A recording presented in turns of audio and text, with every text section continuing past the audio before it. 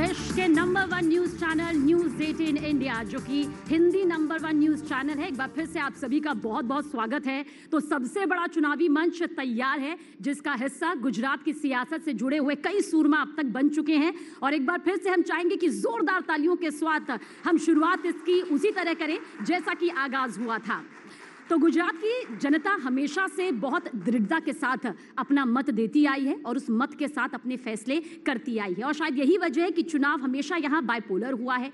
पर क्या इस बार भी कुछ ऐसी ही तस्वीर बनती नजर आती है या फिर कुछ और ही रणनीति इस वक्त जनता के जहन में चल रही है? दो बहुत खास मेहमान इसमें तफसील से आपको बताएंगे, लेकिन मैं मंच पर आमंत्रित करना चाहूंगी मेरे सहयोगी अमीश देवगन जी को। मैं चाहूंगी कि आप मंच पर आए और जो दो बेहद तजुर्बेकार राजनेता हैं उनसे इस सेशन को आगे बढ़ाएं, जिनमें पृथ्वीराज चौहान जी हैं और सुधांशु त्रिवेदी जी हमारे साथ मौजूद है। आप दोनों का ही बहुत बहुत स्वागत है। Thank you Sabina, thank you so much. जोरदार तालियों से स्वागत करिए पृथ्वीराज चौहान का, फॉर्मर सीएम महाराष्ट्र के और पूर्व केंद्रीय मंत्री और कांग्रेस पार्टी के वरिष्ठ नेता और भारतीय जनता पार्टी के लोकप्रिय प्रवक्ता और राज्यसभा सांसद डॉक्टर सुधांशु त्रिवेदी का।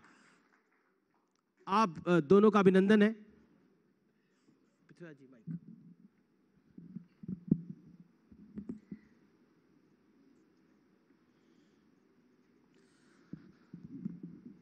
डॉक्टर सुधांशु त्रिवेदी और पृथ्वीराज चौहान मंच पे हैं। पृथ्वीराज जी, गुजरात का अधिवेशन है, सवाल पहला यही बनता है, कांग्रेस ये चुनाव लड़ती हुई दिख क्यों नहीं रही है? देखिए, ये बिल्कुल गलत होगा कहना कि कांग्रेस चुनाव लड़ नहीं रही है। कांग्रेस का संगठन जो पहले से एक अच्छा संगठन है वो ये चुनाव लड़ रहा है। हाँ, ये जरूर बात है कि हमारे कांग्रेस के आला नेता अभी तक चुनाव मैदान में नहीं पहुंचे हैं, जल्दी में पहुंचने वाले हैं। लेकिन मैं बताना चाहूँगा कि 2004 में मैं कांग्रेस का यहाँ पे प्रभारी था लोकसभा चुनाव के दौरान, और उसके बाद कुछ गुजरात से चुनावी वास्ता नहीं रहा है। लेकिन मैं जो आज आते ही मैं देख रहा हूँ कि कांग्रेस का जो संगठन है, जो ऑर्गेनाइजेशन है, जो जिस सिस्टमैटिक तरीके से ये चुनाव लड़ रहा है, मैं समझता हूँ कि आप फैसले के दिन देखेंगे इसका नतीजा क्या आया है। लेकिन मैं आपको ये आश्वस्त भी करना चाहूँगा कि हमारे आला नेता जरूर आएंगे।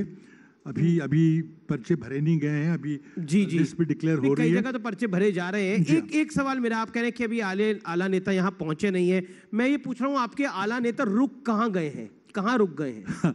देखिए, एक तो आप जानते हैं कि हमारे नए नए चुनाव हुए हैं। हमारे कांग्रेस के अध्यक्ष मल्लिकार्जुन खड़गे जी, अभी उन्होंने प्रभार संभाला है, और राहुल गांधी जी की भारत जोड़ो यात्रा ने पूरी देश को नहीं दुनिया को हिला दिया है कि इस तरह का कार्यक्रम देश के इतिहास में शायद कभी पहले हुआ। आप कह रहे एक नई पहल है। अब देखिए, उसमें अब आलोचना भी हो रही है, लेकिन जिस तरह से मैंने महाराष्ट्र में आजकल राहुल जी की यात्रा चल रही है, जो मैंने उत्साह देखा है, और विशेषकर जो कांग्रेसी नहीं है, जो एक एनजीओस हैं, जनप्रतिनिधि हैं, उनकी जो कांग्रेस के हमेशा खिलाफ रहते थे, वो सब जिस मात्रा में लोग जुड़ रहे हैं, एक अद्भुत चीज हो रही है। ये मैं खुद देख रहा हूँ। अद्भुत चीज हो रही है, दुनिया को हिला दिया है। डॉक्टर सुधांशु त्रिवेदी, दुनिया को हिला दिया होगा तो आपको भी हिला दिया होगा। हिला दिया है राहुल गांधी की भारत जोड़ो यात्रा ने, भारतीय जनता पार्टी को भी डर रही है भारतीय जनता पार्टी। राहुल आएंगे, गुजरात ले जाएंगे। नहीं, आपने पूछा कि वो कब आएंगे। एक्चुअली में राहुल गांधी जी की दूरदृष्टि बहुत प्रबल है, इसलिए वो दूर से ही काम करते हैं। देखिए, अमेठी से कितनी दूरदृष्टि उन्होंने वायनाड की पकड़ ली थी, और आज ऐसा लगता है कि मानो गुजरात की कांग्रेस यूनिट उनसे कह रही हो, जिस यात्रा पे वो चल रहे हैं। पुराना गीत मुझे याद आता है, ए दूर के मुसाफिर हमको भी साथ ले ले रे, हम रह गए अकेले। मगर मैं ये कहना चाहूँगा कि गुजरात में पार्टियां अलग अलग कारणों से चुनाव लड़ रही हैं। कांग्रेस पार्टी अपनी सिर्फ ज़मीन बचाने के लिए चुनाव लड़ रही है। नई नवेली पार्टी हैसियत बनाने के लिए चुनाव लड़ रही है, और सिर्फ भारतीय जनता पार्टी सरकार बनाने के लिए चुनाव लड़ रही है। ओके, पृथ्वीराज जी कह रहे सरकार बनाने के लिए सीरियस कंटेंडर हम ही हैं सिर्फ। देखिए, पिछला चुनाव अगर आप देखेंगे तो काफ़ी जबरदस्त मुकाबला हुआ चुनाव था वो। और थोड़ा अंतर रह गया था 77 और 99, और जो मैं समझता हूँ कि अंतर पूरा हो जाएगा। लेकिन उसमें भी 17 विधायक छोड़ के चले गए कांग्रेस पार्टी के। जी हाँ, ये तो विधायक तोड़ने का तो मुझे महाराष्ट्र की जनता से पूछे नहीं किस तरह से तोड़ी जाती है सरकारें, वो तो हमने बहुत नजदीक से देखा है।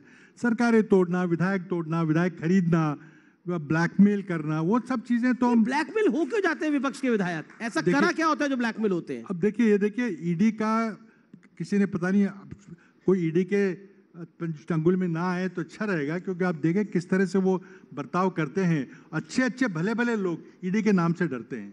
और देखिए महाराष्ट्र में क्या हो रहा है सर, मतलब पुलिस अगर कोई किसी चोर को पकड़ेगी तो बर्ताव तो बुरा ही करेगी। लेकिन अगर देखिए मैं बता रहा हूँ, कोई ईडी का जो मनी लॉन्ड्रिंग कानून है वो वाजपेयी जी लाए थे, लेकिन हमारी सरकार ने उसको 2004 में लागू किया था। हमारे पूरे 10 साल में हमने 27 रेड किए थे। 8 साल में मोदी साहब के कार्यकाल में 2900 रेड हुए हैं, लोकसभा के आंकड़े हैं। लेकिन नतीजा किसी का निकला है क्या? सिर्फ रेड करो, जेल में डालो, बैठे रहने दो। 2-2 साल मिसयूज ऑफ ईडी हो रहा है। बिल्कुल, इससे ज्यादा हो ही नहीं सकता मिसयूज। लोग भी इस पे ताली मार रहे हैं। सुधांशु त्रिवेदी, ये बड़ा ब्लेम है कांग्रेस पार्टी का कि आप मिसयूज करते हैं ईडी को और बर्ताव भी बुरा करते हैं, खराब करते हैं, और पार्टियां तोड़ते हैं। ये सब सुना। ओके डॉक्टर सुधांशु त्रिवेदी, आजकल एक बड़ा विचित्र ट्रेंड आ गया है भारत की राजनीति में। विपक्षी दल आकर सार्वजनिक घोषणा करते हैं कि मेरा विधायक बिकाऊ है, टिकाऊ नहीं है, और आके बताते, मगर ये नहीं बता पाते कहां बात हुई, किससे बात हुई। वास्तविकता का कारण यह है, जो ये आरोप लगाया जाता है 2014 से पहले जब हमारी सरकार नहीं थी, वो एग्जांपल दे रहे हैं महाराष्ट्र का, मैं उसी बिंदु पे आ रहा हूं। 2014 से पहले हमारी सरकार नहीं थी केंद्र में, अनेक राज्यों में हमारी सरकार थी। हमारे किस नेता पे भ्रष्टाचार का आरोप लगा? 2014 से पहले भी विपक्षी नेताओं पर भ्रष्टाचार के आरोप थे। 2G हो, CAG हो, कोयला घोटाला हो, स्पेक्ट्रम घोटाला हो, सबमरीन घोटाला हो, तब भी उन्हीं पे आरोप थे। तो भाई तब तो सरकार भी उनकी थी, तब भी जांच एजेंसियों के घेरे में थे। याद करिए वो जो कहा था ना, तोते का पिंजरा CBI को, वो प्रकरण आप लोगों को याद है? कोयला घोटाले पे सुप्रीम कोर्ट ने यह कहा था कि जो हलफनामा सरकार देगी, CBI देगी, वो कोई सरकारी अधिकारी को नहीं दिखाएगी। मगर जब CBI को बुलाया गया तो उन्होंने कहा, प्रधानमंत्री कार्यालय ने बुला के देखा, कोयला घोटाला किसके खिलाफ था? हमारे खिलाफ या सत्ताधारी दलों के खिलाफ? तो एक्चुअली में क्या है बात, तो बाकी छोड़ दीजिए। जब भाजपा कुछ नहीं थी, याद करिए श्री PV नरसिम्हा राव जी भारत के पहले प्रधानमंत्री बने, जो प्रधानमंत्री पद से हटने के बाद भ्रष्टाचार के मुकदमों में जाके उनको अदालत में खड़ा होना पड़ा। श्री राजीव गांधी जी, जब हम लोग 2 सीटों वाली पार्टी थे, पहले प्रधानमंत्री बने जिन पर की भ्रष्टाचार के आक्षेप आए। और इंदिरा जी का नागारवाला कांड और वो सब तो छोड़ दीजिए। तो भाई जब हम कहीं नहीं थे तब भी आरोप आप पे थे, जब हम हैं तब भी आरोप आप पे हैं, और आगे भी आरोप आप ही पे रहेंगे। देखिए आरोप है, सरकार तोड़ने का आरोप है। मैंने जो बात की थी, जिस तरह से पैसे का और एजेंसियों का दुरुपयोग हो रहा है और उससे जीती हुई सरकारें गिराई जा रही है। कर्नाटक का उदाहरण देखा होगा, मध्य प्रदेश का देखा होगा, हाल ही में महाराष्ट्र में देखा होगा। क्या रेट चल रहा है महाराष्ट्र में? जीता कौन था? देखिए ना, जीता कौन था महाराष्ट्र में? देखिए महाराष्ट्र में सरकार बनी थी और सरकार को तोड़ा था। आपकी बात मैंने मानी, लेकिन जीता कौन था? देखिए एक गठबंधन था, उनके गठबंधन में आपस में टकराव हो गया, वादा खिलाफी हो गई जी। तो उनकी जो गठबंधन के पार्टनर थे उनसे पूछिए ना। लेकिन सरकार बनी थी, सरकार 2.5 साल तक चली थी। जिस तरह इसको तोड़ा गया, जो हमारे महाराष्ट्र में जो कहते खोखे, 50 खोखे की बात हो रही थी, ये खुलेआम बातें चल रही है। और ये सिर्फ महाराष्ट्र में नहीं हुआ है, ये आप गुजरात की जब आपने बात की कि एक विधायक छोड़ के गए, क्यों गए विधायक? कर्नाटक की सरकार गिर गई, मध्य प्रदेश अभी 11 बिहार के विधायक छोड़ के गए हैं। हमारे गोवा में हमारी अक्सर अभी 11 बिहार के विधायक कांग्रेस को छोड़ के गए हैं। लेकिन किस तरह, देखिए क्यों जा रहे हैं, उसी पे तो मैं आ रहा हूँ। इसके कारण में मूल में जाइए, क्यों छोड़ के लोग जा रहे हैं। अब यहाँ पे शिवसेना से 50 के करीब विधायक छोड़ के गए, क्यों छोड़ के गए? जो बातें चल रही है वहां पे। इससे भी कांग्रेस की बात करते हैं और बीजेपी की बात कर लेते हैं। मैं सुधांशु से एक प्रतिक्रिया ले लेता हूं। सुधांशु, पैसे के बल पर, ईडी के बल पर आप सरकारें गिरा देते हैं। पृथ्वीराज चौहान जी का दर्द है महाराष्ट्र, क्योंकि महाराष्ट्र में इनका शासन था। नहीं, इनका दर्द है महाराष्ट्र, कर्नाटक, गुजरात की बात आप देखिए, मैं कहना चाहूंगा, इतने बड़े बड़े नेता छोड़ के गए, गुलाम नबी आजाद साहब, कैप्टन अमरिंदर सिंह जी और ज्योतिरादित्य सिंधिया जी, इनके मुख्यमंत्री प्रेमा खांडू, कोलिको पुल, आपको लगता है खोखे की वजह से गए? नहीं जी, धोखे की वजह से गए। अब ये भी बताना चाहता हूं, चलिए आज हमारे जमाने में आप आरोप लगा लीजिए कि मोदी जी और अमित शाह जी की वजह से छोड़ रहे हैं। ये बताइए, महाराष्ट्र से ही शुरू करता हूं। शरद पवार जी कब छोड़े? 97-98 में। ममता बनर्जी कब छोड़ी? वाईएस जगनमोहन रेड्डी कब छोड़े? हमारे जमाने में छोड़े क्या? और पुराने जमाने में चले जाइए, जब तिवारी कांग्रेस, अर्जुन सिंह, अच्छा और पहले चले जाइए, जब भाजपा का अस्तित्व ही नहीं था, हम जनता पार्टी में मिले हुए थे, तब जगजीवन राम, देवराज अरस, ब्रह्मानंद रेड्डी, हम छोड़े थे क्या? 67 में पहली बार राज्यों में सत्ता से बाहर हुए, निजलिंगप्पा, कामराज, मोरारजी देसाई, चौधरी चरण सिंह, चंद्रशेखर, नीलम संजीव रेड्डी। भाई इसमें तो भाजपा कहीं थी नहीं। मूल चरित्र तो क्या है? मूल कारण क्या है? जी, कांग्रेस एक सत्ता आधारित पार्टी है। आप पिछले 70 साल का ट्रैक रिकॉर्ड उठा लीजिए, जब जब सत्ता छूटती है तब तब कांग्रेस टूटती है। देखिए, कांग्रेस पार्टी कि अब सत्ता की लोलुपता आपके लोगों में इतनी होती है, वो छोड़ जाते हैं। देखिए, आपने अब गुलाम नबी आजाद को कहाँ खो के मिले होंगे? बिल्कुल उदाहरण जो दिया, मैं उसको बताना चाहूंगा कि कांग्रेस स्वतंत्र, जब भारत स्वतंत्र हुआ था, एकमात्र कांग्रेस पार्टी थी। कांग्रेस में लोग छोड़ के अलग अलग पार्टियां बनाते गए, वो बात अलग है। विचारधारा अलग थी, कुछ लोग छोड़ के गए, कुछ कांग्रेस में स्प्लिट हुआ था। कांग्रेस में जनतंत्र है, लोगों को अपनी बात कहने की आज़ादी थी, उससे पार्टियां बनी, जिगरी रेड्डी की याद करिए, वो सब अलग बात है। मैं जो आज बात कर रहा हूँ, एमएलएस के खरीद फरोख्त की बात कर रहा हूँ, ईडी के दुरुपयोग की बात कर रहा हूँ, पैसे की बात कर रहा हूँ, जो सरकारें तोड़ी जा रही है। ये पिछले मोदी सरकार के पिछले 8 साल की बात करिए आप। देखिए, लोग जनतंत्र में एक आप कहते हैं कि मोदी सरकार जनतंत्र में बिलीव नहीं करती? बिलीव करती है कि नहीं, का जनता बताएगी अब आने वाले चुनाव में क्या। क्या आप सोचते हैं कि जनतंत्र जैसे पहले चल रहा था वैसे चल रहा है? जो कमी क्या लगती है आपको? इंस्टीट्यूशन का डेमोक्रेसी है, उसको सबको कॉम्प्रोमाइज कर दिया है। क्या कमी क्या विश्वास लगती है? रहा ही नहीं। देखिए, जनतंत्र चलता है संस्थाओं पे, जो हमारे संविधान में संस्थाएं लिखी है, जो एक जिम्मा लेती है कि जनतंत्र चलता रहे, जीवंतता से चलता रहे। लेकिन आज उन्हीं संस्थाओं को आगे आपने खत्म कर दिया हो, पूरा मार्जिनलाइज कर दिया हो, अपने कब्जे में कर लिया हो, क्या संस्थाएं जनतंत्र को बचाएंगी? उसकी लड़ाई राहुल गांधी लड़ रहे हैं। जो सड़क पे भारत जोड़ो यात्रा है, वो उस जनतंत्र को बचाने की, उस संविधान को बचाने की लड़ाई चल रही है। भारत के संविधान को बचाने के लिए राहुल गांधी को सड़क पे उतरना पड़ा है, भारत जोड़ो यात्रा करनी पड़ी है।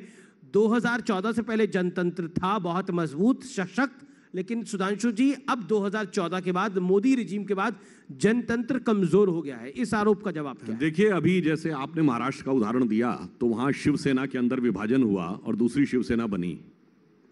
पर ये बताइए, गुजरात में भी तो याद है, चिमन भाई पूरी पार्टी लेके कांग्रेस में चले गए थे। वो क्या था?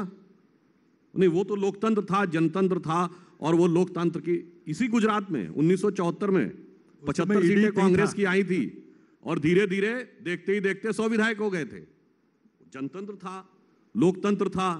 इसलिए मैं ये कहना चाहता हूं, वास्तविकता तो आप कह रहे हैं कि कांग्रेस ने जो बोया था वो काट रही है। एक मिनट बात बताना चाहता हूं। जी। जो आप एजेंसियों की बात करते हैं जनाब, यदि आपके अंदर सच्चाई और दृढ़ता है, इमरजेंसी में कौन कौन सी एजेंसी ने यूज की थी? साहब, एंटी टेरर लॉ लगाया था, जॉर्ज फर्नांडिस को हथकड़ी बांधकर सड़क पे चलाया गया था, जैसे किसी अपराधी और चोर को चलाया जाता है। उस जमाने में भी हम लोग विचलित नहीं हुए थे। अभी देखिए, कुछ समय पहले कितने अर्जी फर्जी केस लगाए गए थे हिंदू टेरर के नाम पे, अमित शाह जी और मोदी जी के नाम पे के ऊपर, कोई चीज में धेला भर साबित नहीं हुआ था। आज मैं पूछना चाहता हूं, अगर ऐसी स्थिति है तो कोर्ट से आपको राहत क्यों नहीं मिलती है? और एक और चीज, इसमें से कितने केस हैं जो हमारे जमाने में शुरू हुए हैं? सब शुरू तो हुए हैं बाबा आदम के जमाने से। मैं उदाहरण देना चाहता हूं, लालू प्रसाद यादव जी को तो जेल से अंदर बाहर निकलते देखते देखते हम लोग किशोरावस्था से युवावस्था पार कर गए, और साहब आरोप मोदी जी पे है। तो गजब होता है भाई। जितने मैंने उदाहरण दिए हैं, ये सारे के सारे जिसमें ईडी का केस है, ये सारी चीजें हैं, 10 में से 9 केस उस जमाने के हैं। मगर लालू जी के लिए तो अध्यादेश राहुल जी ने ही फाड़ा था, लेकिन क्योंकि भ्रष्टाचार की हम बात कर, भारतीय जनता पार्टी भ्रष्टाचार पर आपको बार बार घेरती है।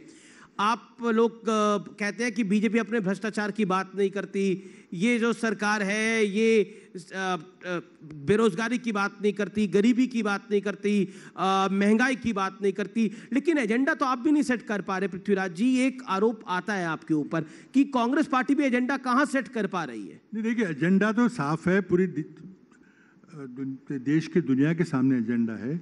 महंगाई का एजेंडा है, बेरोजगारी का एजेंडा है, गुजरात की जनता के सामने जो चल रहा है, जो क्रोनिक कैपिटलिज्म चल रहा है, जिसके चलते मोरबी की दुर्घटना घटी, जो कोविड का हैंडलिंग का है, कितने सारे लोग, एग्जामिनेशन के पेपर लीक का मामला है, एसआईटी बनती जाती, कोई उसमें कोई भी उसका फैसला नहीं आता और एसआईटी कर दी जाती, दबा दिया जाता मामला। ये सारे मामले इसी तरह दबाए दिया गया। देखिए, मैं नहीं समझता कि किसी अपने देश में तो कोई उदाहरण है नहीं, शायद दुनिया में कोई उदाहरण हो। पूरी की पूरी सरकार, गुजरात की पूरी सरकार, मुख्यमंत्री सारे मंत्रियों को निकाल बाहर कर दिया नेताओं ने, क्योंकि उनको पता चला कि निकामी सरकार बीजेपी का कुशल प्रबंधन भी होता है। बीजेपी को देखकर आपने पंजाब में करा और देखो क्या हाल हुआ। नहीं, देखिए पंजाब वो सिद्धू और चन्नी साहब के चक्कर में आपने कांग्रेस की लुटिया डुबो दी। उधर नेतृत्व बदल की बात अलग होती है, आपने पूरी की पूरी होलसेल में मंत्रियों को सबको निकाल दिया। पर तब भी तो कोई कुछ दिक्कत नहीं हुई उनको। नहीं, दिक्कत होगी कि नहीं, अब चुनाव में पता चलेगा क्या होगा। ये इंटरेस्टिंग बात आपने बोली। भारतीय जनता पार्टी ने मुख्यमंत्री भी बदल दिया, सारे मंत्री भी बदल दिए, सब कुछ बदल दिया, एक बड़ा एक्सपेरिमेंट कर दिया। वो कह रहे हैं कि जो हमारा पंजाब में हाल हुआ वो आपका गुजरात में हाल होगा। देखिए, हम किसी को निकालते नहीं, हटाते नहीं। हमारे यहाँ दायित्व का परिवर्तन सहज स्वाभाविक होता है, क्योंकि हम विचारधारा प्रेरित कैडर आधारित पार्टी हैं। सब लोगों ने स्वेच्छा से लिखा और किसी ने किसी प्रकार की कोई प्रतिक्रिया देखी हो। हाँ, नहीं, सुधांशु जी, इतना भी ऐसा नहीं है स्वेच्छा से कोई मुख्यमंत्री का पद छोड़ देगा। निकालना किसे कहते हैं? निकालना उसे कहते हैं, वहां से शुरू करूं, अरुणाचल प्रदेश में कोलिको पुल पूर्व मुख्यमंत्री, फिर प्रेमा खांडू, हेमंता विश्व शर्मा, ज्योतिरादित्य सिंधिया, कैप्टन अमरिंदर सिंह, गुलाम नबी आजाद साहब, और कितने कितने महाराष्ट्र में भी कितने लोग हो गए जो छूटते चले गए। और मजे की बात है, इतने लोग छूटे इतने दिनों में। अब ममता जी और इन सबका तो नाम गिनाए, भी पहले कांग्रेस में थे, कि इनकी तो स्थिति हो गई, देखी जमाने की यारी, बिछड़े सभी बारी बारी। और इंपॉर्टेंट बात आपने चुनाव में कहा, जब चुनाव होता है जो व्यक्ति कांग्रेस से छोड़ के जाता है वो बड़ा हो जाता है और कांग्रेस छोटी हो जाती है। बताइए, ममता बनर्जी जी छोड़ के गई, आज बंगाल में वो बढ़ी या कांग्रेस? जगन मोहन रेड्डी बढ़े या कांग्रेस? महाराष्ट्र में शरद पवार बढ़े या कांग्रेस? तो साहब, जो जा छोड़ के जाता है वो बड़का नेता हो जाता है, और आप लोग छुटका हो जाते हैं, और कभी कभी तो उस पार्टी से पूरी तरह साफ भी हो जाते हैं। तो मेरे विचार से कांग्रेस को इस पे विचार करना चाहिए कि उनका एजेंडा क्या है। आप एजेंडा की बात कहें, वो अपनी यात्रा पे। पृथ्वीराज जी बोले, फिर आप पृथ्वीराज जी। देखिए, हम बात कर रहे हैं गुजरात चुनाव की। मजबूत से ज्यादा मजबूर पार्टी लग रहे हैं पृथ्वीराज जी। ऐसे नहीं, देखिए, कठिनाई आती है, लोग छोड़ के गए हैं, लोग जुड़े हैं, लेकिन आज मुद्दों से मत भटकिए। आज जो देश के सामने मुद्दे हैं, जिस मुद्दों को कांग्रेस पार्टी उठाने की कोशिश कर रही है, उन मुद्दों को हल करने के लिए आपके पास कोई जवाब नहीं है। मोदी जी के पास कोई जवाब नहीं है। देश की अर्थव्यवस्था तहस नहस हो रही है, महंगाई, बेरोजगारी, अब ग्रोथ रेट, आपका पर कैपिटा इनकम देखिए, सब जगह में आप फेल हो गए। कोविड के हैंडलिंग में पूरे आपने बड़ा दुनिया में शब्द यूज करा, आपने बोला देश की स्थिति तहस नहस हो रही है। हाँ। तहस नहस मतलब आप कह रहे हैं कि देश की अर्थव्यवस्था चरमरा गई है, देश की स्थिति तहस नहस हो रही है। थोड़ा इलैबोरेट इसको कर दें, क्यों तहस नहस हो रहा है देश? इसलिए मैं कह रहा हूं कि देखिए, कोई भी जो इंडेक्स भी जो दुनिया का आता है, सब इंडेक्स में हम नीचे नीचे जा रहे हैं। चाहे ह्यूमन डेवलपमेंट इंडेक्स हो, चाहे हंगर इंडेक्स हो, भूख की इंडेक्स हो, उसमें नीचे जा रहे हैं। आप क्या, आपका सारा ध्यान है कोई सड़क बनाए, कोई कॉन्ट्रैक्ट दिया, कुछ कर दिया, वो जो भी जरूरी है, लेकिन आप ह्यूमन डेवलपमेंट जो होता है, जिसपे आम आदमी का जो स्टैंडर्ड ऑफ लिविंग देखा जाता है, पर कैपिटल इनकम देखा जाता है, वो आप नहीं बता रहे। आप कह रहे हैं अर्थव्यवस्था चरमराई हुई है, लेकिन इसके लिए हमें अपने पड़ोसी राज्य श्रीलंका को भी देखना पड़ेगा, जहां क्या हालात है। पाकिस्तान देखना पड़ेगा, वहां क्या हालात है। चाइना के प्रोविंसेस में क्या हाल है, जहां बैंकों के आगे फायर ब्रिगेड की गाड़ियां खड़ी हुई हैं। यूनाइटेड किंगडम, ज्यादा थोड़ा दूर चले जाए तो यूनाइटेड किंगडम, वहां पर पिछले 6 महीने में कितने प्रधानमंत्री बदले जा चुके हैं। रशिया और यूक्रेन की लड़ाई चल रही है, उसके क्योंकि आप प्राइम मिनिस्टर ऑफिस में भी मंत्री रहे। नहीं, देखिए, इसीलिए इंग्लैंड में जो सत्ता बदल हुआ, जी, वहां की हालत भी नहीं ठीक है, लेकिन उन लोगों ने वहां पे सत्ता बदल कर दिए। जी, वो सत्ता बदल यहाँ होने जा रहा है, क्योंकि लोग एक सहनशीलता की एक सीमा होती है। बहुत बड़ी बात आप कह रहे हैं। वो कह रहे हैं सत्ता परिवर्तन होने जा रहा है, सहनशीलता की सीमा होती है, जैसे यूके में हुआ है। मुझे लग रहा है कि जो उन्होंने देश की अर्थव्यवस्था के बारे में वर्णन करने का प्रयास किया, वो वास्तविकता में उनकी पार्टी की व्यवस्था का वर्णन था, जो ध्वस्त होता भी दिख रहा था और जिसको लेकर उनको चिंता भी हो रही होगी। परंतु मैं एक बात बताना चाहता हूं। देखिए, अर्थव्यवस्था की बात करें तो इसी गुजरात में जब मोदी जी आए 2001 में, तब गुजरात का जीडीपी 99,000 करोड़ रुपए था। आज 19,80,000 करोड़ रुपए से ऊपर, यानी तकरीबन 20 गुने की बढ़ोतरी इस 20 वर्ष में हुई है जी। अगर उस जमाने में आप देखें, एक जो छोटे स्कूलों में, प्राइमरी स्कूलों में ड्रॉप रेट था, वो 30% के आसपास था, आज 1.7% के आसपास है। आज हर गांव में बिजली, हर गांव में सड़क। सरदार सरोवर योजना कितने जमाने से पड़ी हुई थी, बाबा आदम के जमाने से, आज आके आई और हर घर में नल पहुंचाना सुनिश्चित किया। विकास का एक और उदाहरण बताता हूं। ये बताइए, हमारी सरकार आने से पहले भी, इनकी सरकार के जमाने में भी, भारत बैलिस्टिक मिसाइल बना लेता था, इंटरमीडिएट रेंज भी और लॉन्ग रेंज भी, मगर हवाई जहाज नहीं बना सकता था। ये बात तर्कसंगत लगती है क्या? इसका मतलब हम बनाना नहीं चाहते थे। और आप देखिए, पहली बार इसी गुजरात में भारतीय वायुसेना के लिए एयरबस के सहयोग के साथ हवाई जहाज बनना शुरू हो रहा है। पहला फाइनेंशियल टेक सिटी अहमदाबाद में बन रहा है। और बड़ी बात क्या है, लेकिन ये कह रहे हैं कि अब मैं इस बार सत्ता परिवर्तन हो जाएगा, जैसे यूनाइटेड इसी किंगडम बिंदु में पे आ हुआ रहा है। हूं। आज भी जब पूरे विश्व में अर्थव्यवस्था ध्वस्त पड़ी हुई है और उसके बाद भी हमारी विकास की दर ऊपर है और महंगाई की दर नीचे है। और मैं कहना चाहता हूं, कोई देश उठाइए, मैं पाकिस्तान श्रीलंका की बात नहीं कर रहा हूं, मैं विनम्रता से पूछता हूं, एक देश बताइए जहां से जाके राहुल गांधी जी ने ज्ञान दिया हो और वहां विकास, आज महंगाई की दर भारत से कम हो। बताइए, Thailand, Germany, Italy, Britain, America, सब जगह महंगाई की दर ज्यादा है। जहां जहां से बैठ के ध्यान दिया। तो मैं सिर्फ अंत में एक लाइन कहना चाहूंगा, हमारी स्थिति जानते क्या है? पूरे समुद्र में सुनामी आई हुई है, अगल बगल के जहाज उलटते पलटे जा रहे हैं, हमारा कैप्टन बड़ी कुशलता से निकाल रहा है, पर शिकायतें की जा रही है, ये थोड़ा थोड़ा सा हिल क्यों रहा है? ये स्थिति। पृथ्वीराज जी, का मतलब आपका गुजरात की जनता के लिए भाजपा का संदेश है कि जो महंगाई है वो सहन कीजिए, सब जगह हो रही है। जो बेरोजगारी है वो सहन कीजिए, सब जगह हो रही है। तो आपको क्या दिक्कत है? आप भी सहन कीजिए।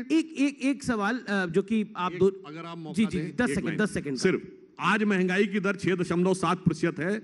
जब 2013-14 में हमारी सरकार आई, उस समय इससे ज्यादा थी। 2012 में 10% के आसपास थी, जिसको कहते थे बहुत बेहतरीन अर्थव्यवस्था का दौर चल रहा था उस समय। आज भी हम इस बुरे दौर में, कोविड और युद्ध के बाद भी, उससे कम महंगाई के दौर में है। पर मैं कह रहा हूं, जितनी बढ़िया स्थिति हमारी 3 साल पहले थी, कोविड से पहले, उतनी नहीं है, परंतु हम शीघ्र ही उस स्थिति को भी प्राप्त करें। आप ये कह रहे हैं कि अगर महंगाई और बेरोजगारी की स्थिति सामान्य है, कोई चिंता करने की जरूरत नहीं।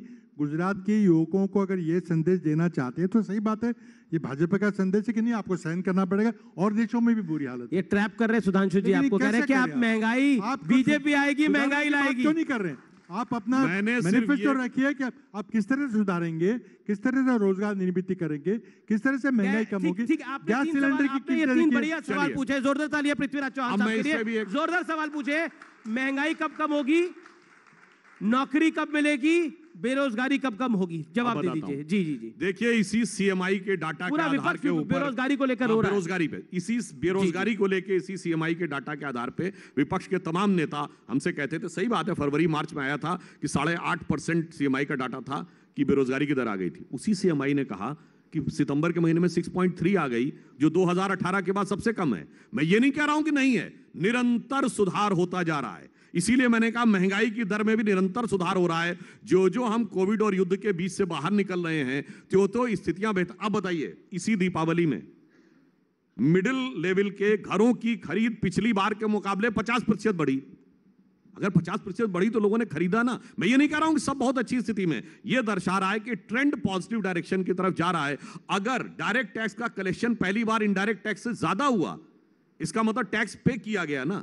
अगर मान लीजिए जी। जीजीएफ के आंकड़े बढ़े, यानी प्रोविडेंट फंड में जिन लोगों ने अपने अकाउंट खोले तो नौकरी लगी, तभी तो उन्होंने प्रोविडेंट फंड कटवाना शुरू किया। अब गवर्नेंस मॉडल पर आते हैं, क्योंकि बार बार बीजेपी कहती है हमारा 27 साल का गवर्नेंस मॉडल है, लेकिन सुधांशु त्रिवेदी, जो मोरबी में हादसा हुआ उसमें इतने लोगों की जानें चली गई, क्या आपको लगता नहीं है वो आपके गवर्नेंस मॉडल पे एक बहुत बड़ा सवाल है? देखिए, वो क्रोनिक कैपिटलिज्म का एक उदाहरण है कि जो दुर्घटनाएं घटी, जिस तरह से कॉन्ट्रैक्ट दिया गया, जिस कंपनी को कोई पता नहीं था कि कैसे मेंटेनेंस करते हैं, क्या करते हैं, और जिसकी अब जांच हो रही है।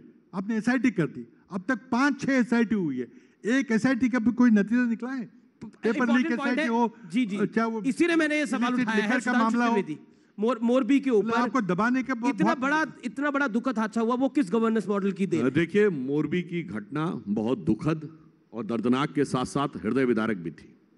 घटना होने के बाद सरकार ने जिस प्रकार की सक्रियता और संवेदनशीलता दिखाई, 15 मिनट में रिलीफ ऑपरेशन चालू हुआ, और बाकी सब जो हुआ वो तो एक पक्ष में कह रहा हूं। प्रधानमंत्री महोदय ने आकर जिले स्तर पर समीक्षा की बैठक की। कभी आपने सुना किसी घटना में प्राइम मिनिस्टर आकर डिस्ट्रिक्ट लेवल के अधिकारियों के साथ करे और आश्वस्त रहिए कि इसमें बहुत कड़ा और प्रभावी। तो कांग्रेस कह रही है एक्शन नहीं हो रहा, कार्रवाई नहीं हो रहा। बड़ी दुर्घटना घटी है जिसकी जिम्मेदारी आप फिक्स नहीं कर पा रहे हैं, क्योंकि यह क्रोनिक कैपिटलिज्म का एक उदाहरण है कि किस तरह से कॉन्ट्रैक्ट दिए गए, किस कंपनी को कॉन्ट्रैक्ट दिए गए, किस तरह से जांच हो रही है, किसके खिलाफ एफआईआर हुआ है, किसके खिलाफ नहीं हुआ है, और क्या कितनी एसआईटी बनाई, क्या इस एसआईटी से कोई निकलेगा? कौन सी एसआईटी बनी, कौन अधिकार है, किसने एसआईटी बनाई है? कलेक्टर ने बनाई है, स्टेट गवर्नमेंट ने बनाई है, या सेंट्रल गवर्नमेंट? जवाब देखिए, एफआईआर होने के साथ साथ संबंधित अधिकारियों की गिरफ्तारी भी हुई है। सरकार पूरी दक्षता के साथ जांच कर रही है और प्रभावी और कठोर कार्रवाई होगी। पकड़ा जाएगा? किसकी जांच किसके खिलाफ हो रही है? जो टिकट कलेक्टर है उसके खिलाफ। अच्छा, जो जिम्मेदार, असली जिम्मेदार है वो कहां है आज? देखिए, हमारे यहां जांच पूरे पुख्ता तरीके से होती है और फिर उस व्यक्ति को अंतिम अंजाम तक पहुंचाया जाता है। उस जमाने की तरह नहीं कि बस जांच कह दी गई, फिर कभी चार्जशीट फाइल ही नहीं हुई। तमाम ऐसे मौके हैं 8-8, 10-10 साल तक चार्जशीट ही नहीं फाइल हुई। मैं तमाम उस राजनीतिक पक्ष में नहीं जाना चाहता, परंतु मैं एक बात और भी कहना चाहता हूं। मोरबी के प्रति प्रधानमंत्री मोदी जी के मन में जो संवेदना है वो आज से नहीं है।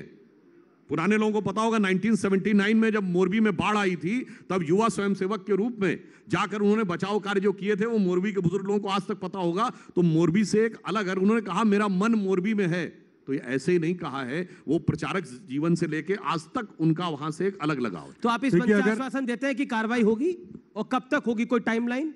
देखिए, कार्रवाई होगी और पुख्ता होगी, और वह कानूनी आधार के ऊपर जांच की प्रक्रिया के तहत तय होता है कि कितना टाइम लगेगा। देखिए, एक सर मैं ये एक पूछना चाहता हूं कि आज तक कुछ दिन गुजरात में 5 बड़े हादसों में एसआईटी एस्टैब्लिश हुई, 5, जिसमें कि इलिसिट लिकर का मामला था।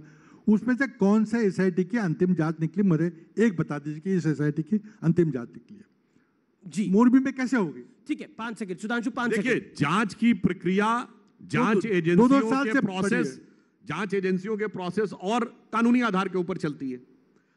सरकार की तरफ से यह दिखता है कि सरकार उसमें कितना ईमानदारी से लगी हुई है जी। सरकार की ईमानदारी पूरी तरीके से है, और इन 27 सालों में याद करिए गुजरात की कानून व्यवस्था को लेकर कहां से कहां तक पहुंचा, तभी पहुंचा है जब कठोर कार्रवाई। पॉइंट पर आते हैं, अब अगले पॉइंट पर आते हैं। गुजरात की जनता चाहती है, मोरबी की जनता चाहती है कि जो असली जिम्मेदार हो, सर, तो देश की जनता चाहती है, इस हॉल में हर एक व्यक्ति चाहता है वो। इस सरकार बिल्कुल आपकी बात जायज है। एक सवाल मेरा, ऐसा क्यों होता है कि चुनाव आता है, कांग्रेस बीजेपी के ट्रैप में फंस जाती है, या खुद ही जाल फेंक देती है?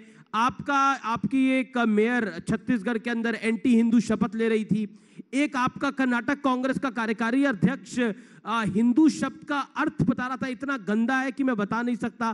क्या आपको लगता है कि आप पर एंटी हिंदू का टैग बीजेपी ने लगा दिया है, और इसके लिए आप खुद भी थोड़े जिम्मेदार हैं? आपसे संदर्भ मेरा आपकी पार्टी से। देखिए, इशू ये है कि आज जनता के जो असली मुद्दे हैं उससे बीजेपी भाग रही है। कहीं ना कहीं कुछ हिंदू मुस्लिम झगड़ा लगाना, पर ये तो आपके नेता ने कहा था ना। नहीं, नेता ने के मुद्दे से हम भटक रहे हैं।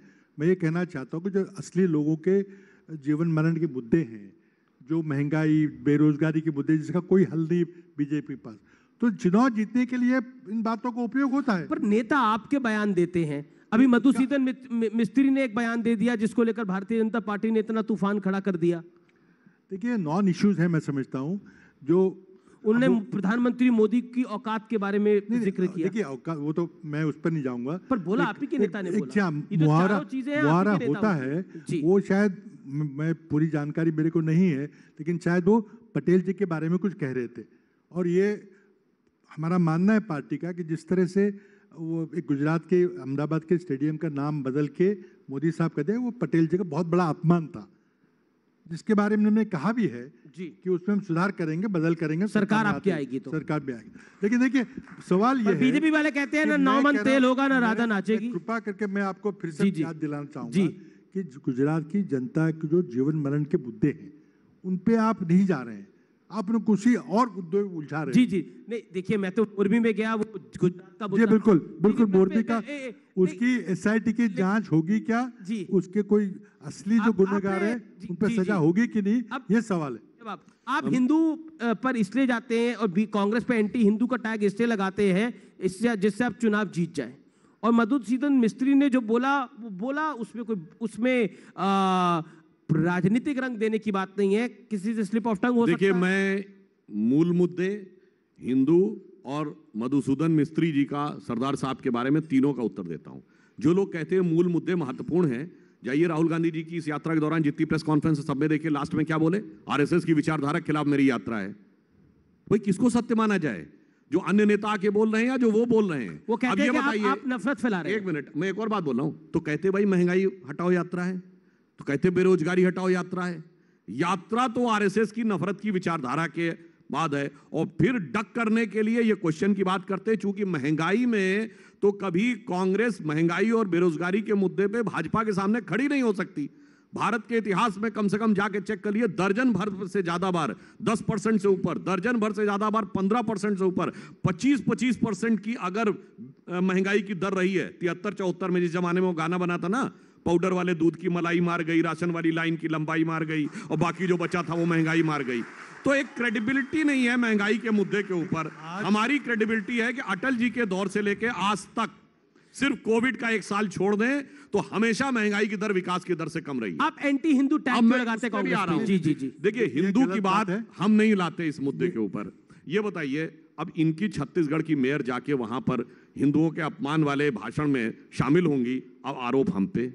इनका कर्नाटक का अध्यक्ष बोलेगा हिंदू शब्द गंदा होता है, आरोप हम पे। हिंदू तालिबान कौन बोला? शशि थरूर जी। हिंदू बोको हराम कौन बोला? सलमान खुर्शीद जी। अब हिंदू आतंकवादी कौन बोला? इनके गृह मंत्री जी। साहब काम आपके और इल्जाम हमारे, ऐसा कैसे चल सकता है? अब दूसरी बात मैं सरदार साहब के बारे में कहना चाहता हूं। देखिए, वो जो एक परिसर है उसका नाम था सरदार पटेल परिसर, उसमें तकरीबन 20 स्टेडियम बन रहे हैं। उसमें से एक स्टेडियम यदि मोदी जी के नाम पे है तो इसका अर्थ यह हुआ कि वो तो सरदार साहब की छत्र छाया में है। अब मैं ये भी कहना चाहता हूं, सरदार साहब का नाम लेने का अधिकार इनको है, न्याय न्याय की बात। जब 1946 में अंतरिम सरकार बन रही थी और सारी प्रदेश कमेटियों से नाम मांगे गए थे कि किसको प्रधानमंत्री बनना चाहिए, तो एक कमेटी ने पट्टाभी सीतारमैया का, 1 या 2 कमेटी ने JB कृपलानी का, और शेष सारी कांग्रेस कमेटियों ने सरदार साहब को वोट किया था। और नेहरू जी को जानते कितने वोट मिले थे? 0 वोट दे के प्रधानमंत्री बनाया। सरदार साहब का कितना सम्मान किया। और मैं विनम्रता से पूछता हूं, आप तो बहुत वरिष्ठ नेता हैं, शायद आपको पता हो सरदार साहब की डेथ हुई 1950 में। उसके बाद बताएं गुजरात बनने तक 1960 तक कोई एक योजना बताइए, कोई एक संस्थान बताइए, कोई एक स्थान बताइए सरदार साहब के नाम पे किया हो। भारत रत्न तो छोड़ दीजिए।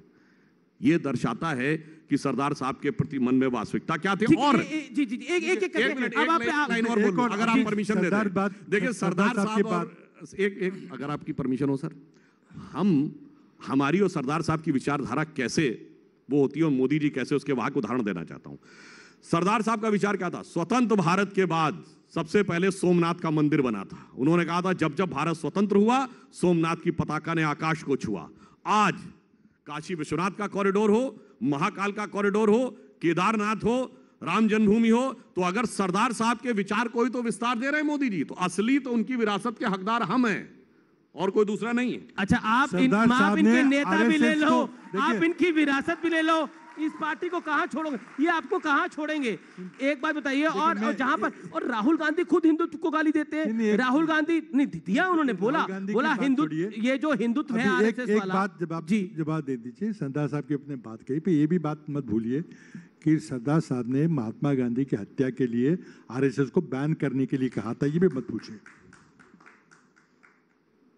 उनका जो पत्र है कि आरएसएस को बैन करना चाहिए, आरएसएस को बैन किया था महात्मा गांधी की हत्या के, क्योंकि पंडित नेहरू का जिक्र आया है। किरण रिजिजू ने न्यूज 18 के लिए, न्यूज 18 की वेबसाइट के लिए कॉलम लिखा है, एक आर्टिकल लिखा है जिसमें पंडित नेहरू की 5 भूलें बताई हैं कश्मीर को लेकर।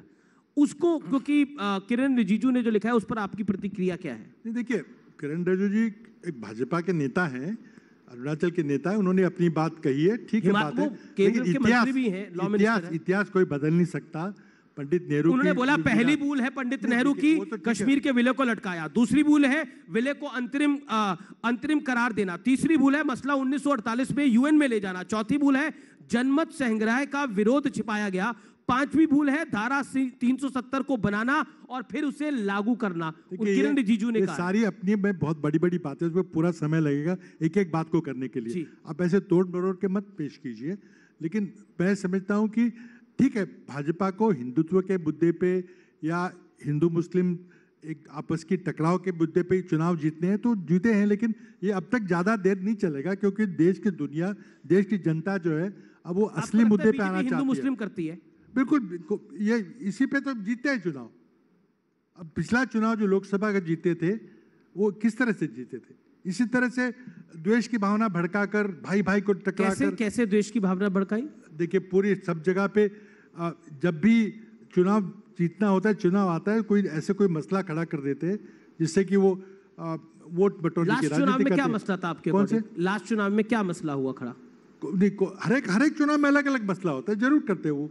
इसी दिशा में जा रहे हैं वो तो साफ बात है। इसी का तो इसी विचारधारा का तो विरोध कर रहे हैं। ठीक है, ओके। सुधांशु, आप हर चुनाव को हिंदू मुसलमान ले जाते हैं। देखिए, मैंने तो अभी उदाहरण दिया, यूपी के चुनाव में भी इन्हीं के लोग विषय लाए थे और यहाँ भी इन्हीं के लोग विषय लाए। मैं सिर्फ एक उदाहरण देना चाहता हूँ कि जो अभी आपने कहा, मैं जब छात्र जीवन में था, राम मंदिर का मुद्दा उठ रहा था, तो एक जगह प्रश्न पूछा गया, एक सज्जन आए बोलने के लिए कि साहब, यदि सोमनाथ का मामला उसी समय सॉल्व हो सकता था तो राम जन्मभूमि का मामला क्यों नहीं सॉल्व हो पाया? तो जो बुजुर्ग व्यक्ति भाषण दे रहे थे उन्होंने हंसते हुए कहा, सोमनाथ सरदार साहब के प्रांत में पड़ा तो तुरंत सॉल्व हो गया, राम जन्मभूमि पड़ गया नेहरू जी के प्रांत में तो आज तक सॉल्व नहीं हुआ था। दूसरा, 560 की सारी रियासतें जहां सरदार साहब के हाथ में थी सब हो गई, एक जगह पंडित जी ने उंगली रखी तो फिर ऐसा फच्चर फंसा कि आज तक फंसा रहा। अब एक और उदाहरण बताता हूं, दुनिया में तो आरोप लगा रहे हैं, एक लाइन में बोल रहा हूं, सिर्फ एक फैक्ट, बाकी चलिए बहुत सारी बातें इतना इतिहास में किया जा रहा है। देखिए, यूनाइटेड नेशंस से मामले को ले गए।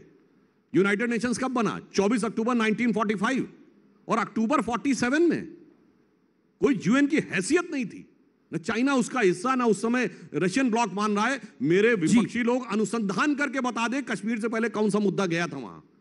मतलब जिसकी कोई हैसियत नहीं थी उसको ले जाके हमने लटकाया, हमने उसको दिया, अन्यथा बता दें अक्टूबर 47 से पहले कौन सा मुद्दा गया। जी, तो भूल तो ये है साहब, लम्हों ने खता की थी, सदियों ने सजा पाई, आज तक उसकी सजा चल रही थी, 2019 में खत्म। पृथ्वीराज जी, अगर ये बीजेपी का ट्रैप है तो कांग्रेस इस ट्रैप में क्यों फंस जाती है? नहीं, ट्रैप की बात नहीं है। देखिए, कांग्रेस हमेशा विकास की, लोगों के विकास की राजनीति कर रही है। भाजपा लोगों को लड़ाकर चुनाव जीतने की राजनीति कर रही है, साफ। लेकिन इस बार तो कहा जा रहा है वो जो तीसरी पार्टी आ रही है जिसने दिल्ली और पंजाब में कांग्रेस को हराया, वो भी मैदान में है। देखिए, गुजरात में तीसरी पार्टी का कोई प्रभाव नहीं रहेगा। वो ठीक है, 2 राज्य जीते हैं, जरूर जीते हैं, और चुनाव में हर एक पार्टी को अपनी अपनी बात करने का अधिकार है, जरूर रखें, लेकिन चुनाव ये 2 पार्टियों के बीच में ही होगा। आप कह रहे हैं कि कांग्रेस और बीजेपी के बीच का चुनाव। सुधांशु त्रिवेदी, ये सवाल बड़ा अहम है। तीसरी पार्टी भी है जो कि पंजाब में अभी उसने एक बहुत बड़ा मैंडेट पाया है, दिल्ली के अंदर वो लगातार दूसरी बार सरकार में है, आम आदमी पार्टी। वो कह रहे हैं कि आपके लिए परेशानी का सबब बन सकती है। देखिए, जब हमारे खिलाफ वो लड़े हैं तो उनके ऊपर झाड़ू फिर गई है। गोवा हो, उत्तराखंड हो, उत्तर प्रदेश हो, लगभग सारी सीटों पर जमानत जब्त। हाँ, जब इनके खिलाफ लड़े हैं तो उन्होंने कुछ किया। वैसे मुझे ऐसा लगता है यहां उस पार्टी का जोर कम है, शोर ज्यादा है। जोर कम है, शोर ज्यादा है। लेकिन क्या आपको लगता है कि इस बार ये आपका मुकाबला कांग्रेस के साथ ही है, या फिर आपको लगता है कि रेस में आम आदमी पार्टी भी होगी? अ फ्रैंक आंसर ऑन दिस। देखिए, अभी 2021 में पंचायतों के और नगर निगम के चुनाव हुए, उसमें आम आदमी पार्टी को पिछले 1.5 से लेकर 2-2.5% के आसपास वोट मिले थे। तो मुख्य विपक्षी दल तो कांग्रेस है, मगर अब यदि कांग्रेस के नेता ऐसा बयान देने लगेंगे, जैसे आज जयराम रमेश जी ने बोला कि राहुल गांधी जी के बाद सबसे लोकप्रिय नेता है, तो प्रेरित करने वाला तो कन्हैया है, तो भैया तो आप तो पता नहीं किस किस को स्थान देते चले जाएंगे। अब आप ये तय कर लीजिए कि आप मुख्य विपक्षी दल का स्थान अगर छोड़ रहे हैं तो ये आपके लिए समस्या है। हमारे हिसाब से तो मुख्य विपक्षी दल कांग्रेस है। आपके हिसाब से ये जो जयराम रमेश का बयान आया, इसका बीजेपी ने बोला कि कांग्रेस में सेकंड पॉपुलर लीडर अगर कन्हैया कुमार है तो बाकी लोगों का क्या हो रहा है? मैंने कोई बयान सुना नहीं, आप ही से सुन रहा हूं अभी कुछ क्या उन्होंने कहा है, किस परिप्रेक्ष्य में कहा है। लेकिन देखिए, राहुल जी की भारत जोड़ो यात्रा अपनी जगह है, वो चल रही है। गुजरात का चुनाव अपनी जगह है। हम सवाल ये कर रहे हैं कि क्या आम आदमी पार्टी बीजेपी की बी टीम है जो कांग्रेस के वोट काटने का काम कर रही है? क्या बीजेपी कोई काट रही है कांग्रेस के वोट? क्या कुछ काम कर रही है क्या, ये जी। पता चलेगा चुनाव में। लेकिन हमारा अगर गुजरात चुनाव पे अगर फोकस करें, गुजरात पे फोकस करें, अब केंद्र सरकार पे फोकस करें, तो मैं समझता हूँ कि ये भारत जोड़ो यात्रा की जो पहल है, मैं समझता हूँ अपने आप में देश में कभी इतने बड़े पैमाने पे कोई ऐसा प्रयत्न नहीं किया गया जी, जिसकी सराहना करनी चाहिए।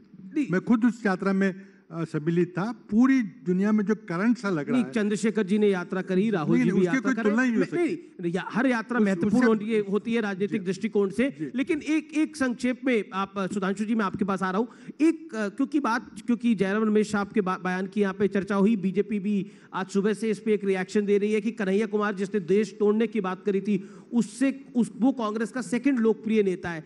क्या आपको लगता नहीं है कि इससे आपके कैडर में मैसेजिंग अच्छी नहीं जाएगी? नहीं, देखिए, आपके कैडर में, तो कांग्रेस के कैडर में, forget about masses. Kanhaiya Kumar पहले कम्युनिस्ट पार्टी से संबंध रखते थे, आज कांग्रेस के एक नेता है, बिहार के नेता है, बहुत लोकप्रिय नेता, उसमें कोई शक नहीं है। अब उसके बारे में क्या जयराम रमेश जी ने कहा मैं नहीं जानता, लेकिन मैं उसकी टिप्पणी, उनकी पूरी जानकारी लेके मैं जरूर कहूंगा। लेकिन एक जरूर बात है कि बहुत अच्छे युवा नेता है, लोकप्रिय नेता है। ठीक है, अब नंबर कौन सा है? नंबर पहला है, दूसरा है, 10 सेकंड। बस मुझे याद आता है कन्हैया कुमार ने जब प्रेस कॉन्फ्रेंस की थी कांग्रेस कार्यालय में, तो कहा था कांग्रेस डूबता जहाज था इसलिए वो आए थे। तो मुझे पुराना गाना याद आता, 90 के दशक का, आपने सुना हो, धूमधाम से आया कन्हैया बैंड बजाने के, डूबती हुई कांग्रेस को और डुबाने को। ठीक है, ऑडियंस से सवाल, रीमा, छोटा सवाल। गुजरात के अंदर बहुत बड़ी महत्व की योजना थी, नर्मदा योजना। चौहान साहब, मैं आपसे पूछ रहा हूँ, उसमें जो दरवाजे लगाने का काम था, कांग्रेस ने काफ़ी साल तक वो लटका के रखा, और गुजरात की जो सौराष्ट्र और कच्छ और अहमदाबाद की जनता पानी बिगड़ तस रही थी। उसमें आपको कुछ दिखाई नहीं दिया कि गुजरात के लोगों के लिए पानी की व्यवस्था हो, और ये दरवाजा लगाने का काम आपने सालों तक लटका के रखा हुआ था। देखिए, उसमें ये पहली बात तो माननी पड़ेगी, नर्मदा योजना की संकल्पना किसने की थी? ये सबसे पहले तो आप ये सोचिए कि गुजरात की जनता के लिए नर्मदा योजना की परियोजना की थी। अब उसमें कई सारे कोर्ट के मामले फंसे हुए थे, कुछ मामला महाराष्ट्र से मामला फंसा हुआ था, कहीं डूब हो रही थी, वहाँ आदिवासी लोग डूब रहे थे, उनको बचाने की बात हो रही थी, कोर्ट उसमें हस्तक्षेप कर रहा था। तो कोई कांग्रेस की वजह से दरवाजे नहीं लगे, कहना बिल्कुल गलत है। जी, एक छोटा सवाल पूछेगा। जी, मैं कांग्रेस से सवाल कर रहा हूं सर। खड़े हो जाइए। सरदार सरोवर डैम पर स्टैच्यू ऑफ यूनिटी लगा है, एक कांग्रेसी, neither Rahul Baba nor your any Rahul Gandhi, कोई आए नहीं है स्टैच्यू ऑफ यूनिटी देखने के लिए। क्यों स्टैच्यू ऑफ यूनिटी देखने के लिए कोई कांग्रेस नेता क्यों नहीं गया? क्योंकि आपने अभी क्लेम करा कि सरदार पटेल हमारे हैं, बीजेपी के नहीं हो सकते। बीजेपी कांग्रेस के बड़े नेता थे ही, उन्होंने स्टैच्यू ऑफ यूनिटी में कोई लेटर लिखा था, है ही ना? तो उसमें कौन सी दो राय है? अब आज स्टैच्यू में कौन गया था, कौन नहीं गया था, उसमें क्यों आप कह रहे? सरदार पटेल कांग्रेस के बड़े नेता थे।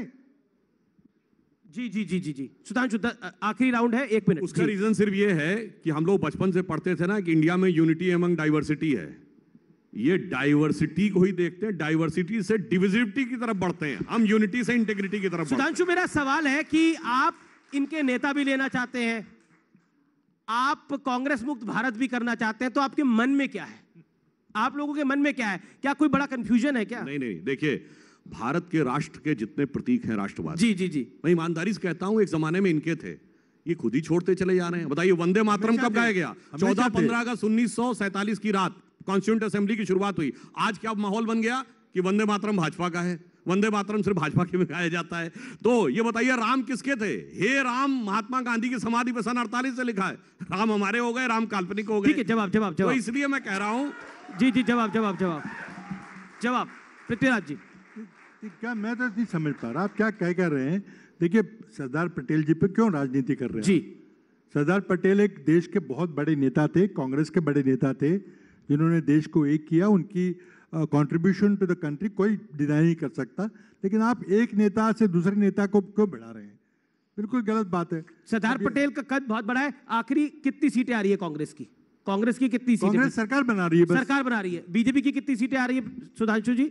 पिछले सभी कीर्तिमानों को ध्वस्त करते हुए भारतीय जनता पार्टी ऐतिहासिक रिकॉर्ड बनाने जा रही है। ऐतिहासिक रिकॉर्ड बनाने जा रही है। बहुत बहुत शुक्रिया। क्या बीजेपी रिकॉर्ड बनाएगी या 27 साल बाद मल्लिकार्जुन खड़गे की अगुवाई में कांग्रेस सरकार बनाने जाएगी? ये वाकई साख का भी सवाल है। बहुत बहुत शुक्रिया पृथ्वीराज चौहान जी, आपके लिए जोरदार तालियां, और डॉक्टर सुधांशु त्रिवेदी के लिए बहुत बहुत जोर जोर तालियां। धन्यवाद। तो गुजरात अधिवेशन सबसे बड़ा चुनावी मंच, लगातार सार्थक बहस, सार्थक चर्चा आपके सामने। और इस वक्त मैं सीईओ हिंदी क्लस्टर मिस्टर करण अभिषेक सिंह से अनुरोध करूंगी कि वो मंच पर आए और हमारे खास मेहमानों को धन्यवाद दीजिए।